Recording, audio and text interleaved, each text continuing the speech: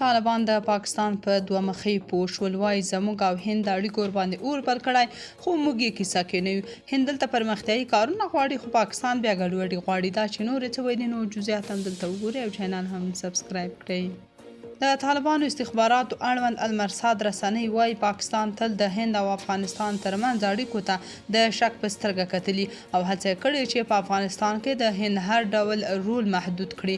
د المرصاد لخوا په خپره شوې لیکنه کې راغلي د پاکستان پالیسیو نه یوازې دغه هېواد ته ډیپلوماټیک زیانونه اړولي، بلکې د افغانستان سره د پاکستان اړیکې هم پیچلې کړي دي.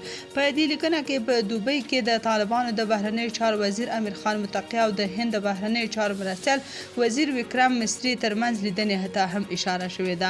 په لیکنه کې راغلي دغه لیدنه نه یوازې د هند او افغانستان ترمنځ د اړیکو د یو نوي باب پیل کېدای شي، بلکې د پاکستان لپاره په یو بل ډیپلوماټیک چیلنج هم بدلیدای شي. د لیکنې له مخې د افغانستان په اړه د پاکستان پالیسي تل د تضادونو او ناسمو پریکړو ښکار شوې.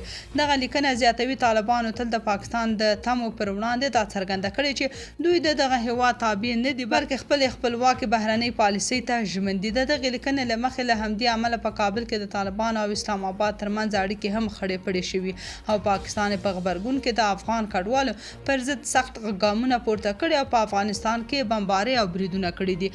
په دغې لیکنه کې دا رنګه هند او پاکستان سره پرتله شوي او لیکل شوي چې هند تل په افغانستان کې د پرمختیایي پروژو او د افغانانو سره د اړیکو ساتلو هیله لرلې ده.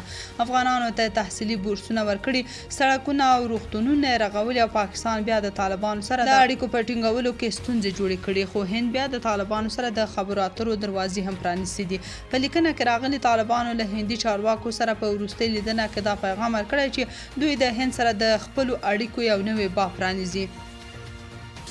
د لیکنې په وروستۍ برخه کې راغلي چې د پاکستان لخوا پر طالبانو فشار راوړل او د دوی پر وړاندې له سختۍ کار اخیستل ګټه نه لري، بلکې دا به نور هم د اړیکو د خرابېدو لامل شي. تاسو په دې اړه څه نظر لرئ؟ کمنټ کې شریک او چینل هم سبسکرایب کړئ.